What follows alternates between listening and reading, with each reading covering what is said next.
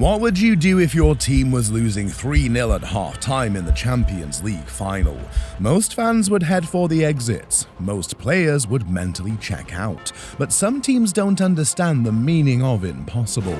Today we're counting down 9 Champions League comebacks, so dramatic, so unbelievable that if you wrote them as fiction, publishers would reject them for being too unrealistic. Games where teams were pronounced dead, only to rise from the ashes. Picture this: AC Milan, the defending champions, strutting into the 2004 quarter-final second leg with a comfortable 4-1 advantage. Their squad brimmed with football royalty: Maldini, Pirlo, Shevchenko and Kaká. While Deportivo La Coruña, a modest club from northwestern Spain, seemed destined for elimination, the Italian press had already coronated Milan as semi-finalists. Gazzetta dello Sport confidently proclaimed Milan are already thinking about the semis. Meanwhile, Deportivo manager Javier Inureta made a desperate promise. He would make a pilgrimage to Santiago de Compostela if his team achieved the impossible. When Walter Pandiani thundered in a shot after just 5 minutes at the electric Riser Stadium, something shifted in the air. By half-time, Juan Carlos Valerón's header and Albert Luque's clinical finish had improbably put Deportivo ahead on aggregate. Milan were crumbling. Fran's 73rd minute strike sealed a stunning 4-0 victory, sending the Spanish underdogs through 5-4 on aggregate.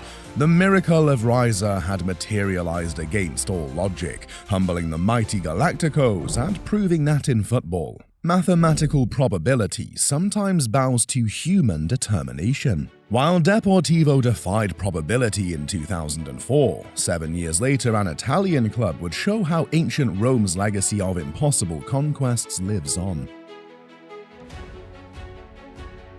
Barcelona arrived at the Stadio Olimpico in 2018 with a commanding 4-1 first-leg advantage and the world's greatest player in their ranks. Pundits had already penciled the Catalans into the semi-final draw, with Roma given virtually no chance to overturn such a deficit against Messi's Barcelona juggernaut. But Eusebio Di Francesco had other plans. His tactical masterstroke of switching to a 3-man defense caught Barcelona completely unprepared, exposing spaces they never anticipated. When Edin Dzeko struck early, the first crack appeared in Barcelona's fortress, yet even Roma's players could barely believe what was unfolding. "You cannot imagine," Dzeko would later reveal. "It was incredible. Crazy. I don't know how to describe it. We did it when definitely nobody believed in us." De Rossi's penalty transformed a distant hope into tangible belief, but it was Kostas Manolas who etched his name into Roman mythology. His 82nd minute header sent the Olimpico into delirium and inspired Peter Drury's immortal words: "Roma have risen from their ruins. Manolas, the Greek god in Rome. The unthinkable unfolds before our eyes." As Roma celebrated their impossible comeback, they joined a rare club of defiant underdogs, but they weren't the first aging squad to rewrite their own destiny. At Stamford Bridge in 2012, a team in complete disarray faced not just a powerful opponent, but their own mortality. Chelsea's 2011-12 season was spiraling into chaos. Andre Villas-Boas had been sacked, leaving interim manager Roberto Di Matteo to inherit a 3-1 first-leg deficit against Napoli. The pundits had already written their obituaries. Not the player he once was, they said of Lampard, while Terry battled injuries. These veterans weren't just fighting Napoli, they were fighting time itself. Stamford Bridge transformed into a cauldron of belief that night. Drogba ignited hope with the opener, then Terry equalized just after half-time. When Inler scored for Napoli, temporarily dampening Chelsea's momentum, the mountain seemed insurmountable once more, but Lampard's penalty forced extra time, setting the stage for an unlikely hero. Branislav Ivanovic's thunderous finish in extra time left Napoli coach Walter Mazzarri stunned. "We played well, but we didn't manage to hold on to our advantage."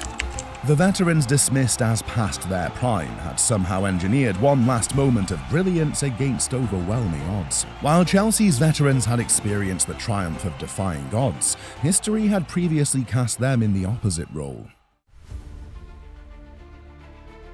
In the Cauldron of Camp Nou during the 1999-2000 quarter-finals, Chelsea arrived with a commanding 3-1 advantage from Stamford Bridge, leaving Barcelona's pride wounded and their manager Louis van Gaal under intense scrutiny.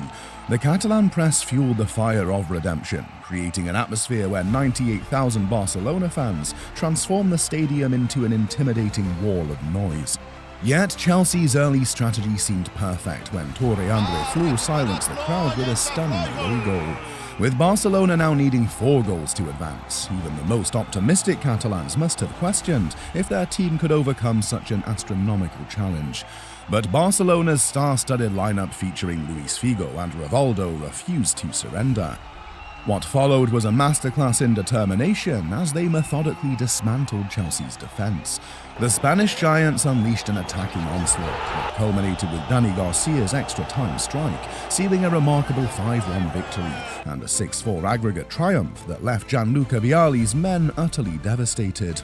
While Barcelona methodically dismantled Chelsea over 120 minutes, Manchester United would prove that sometimes all you need is 101 seconds to change football history forever.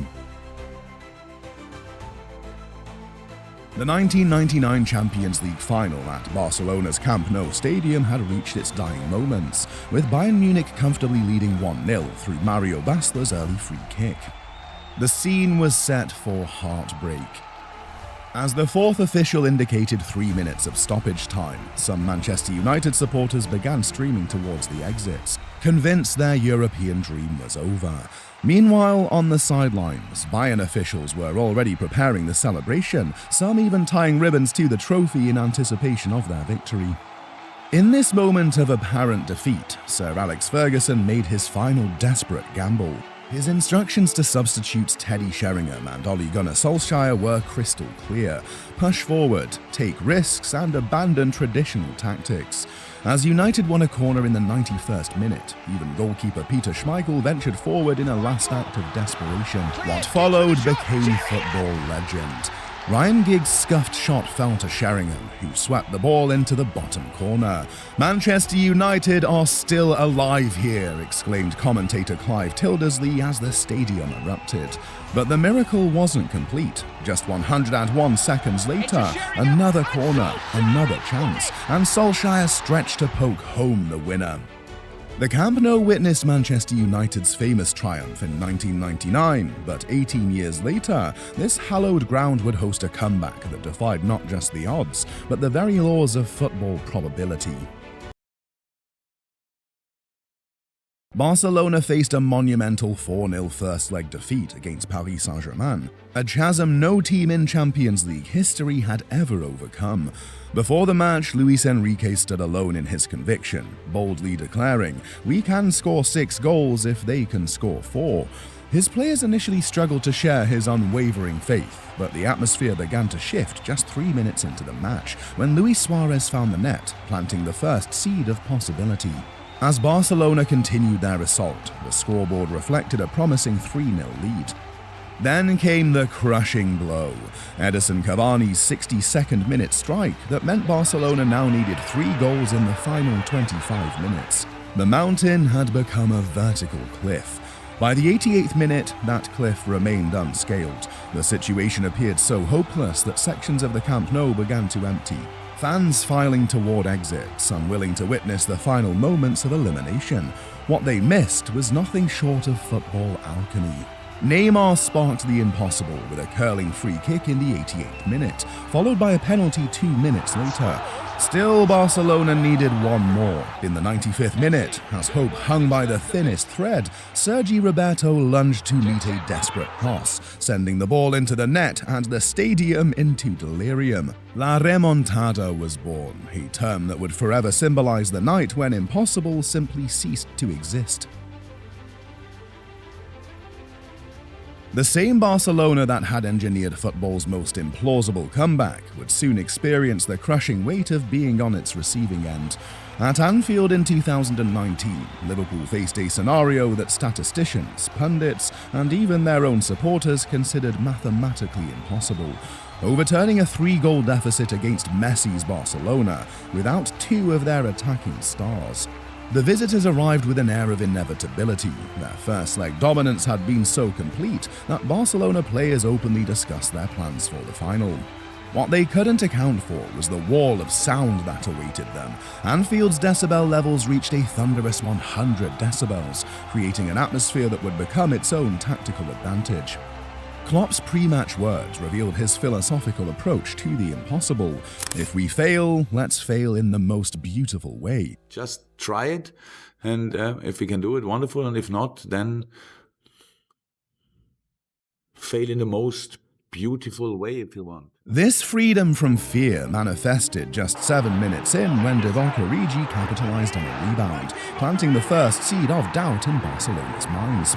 The second half unleashed bedlam. Substitute Jorginho Wijnaldum, an unlikely hero, scored twice within an astonishing 166 seconds, leveling the aggregate and transforming disbelief into possibility.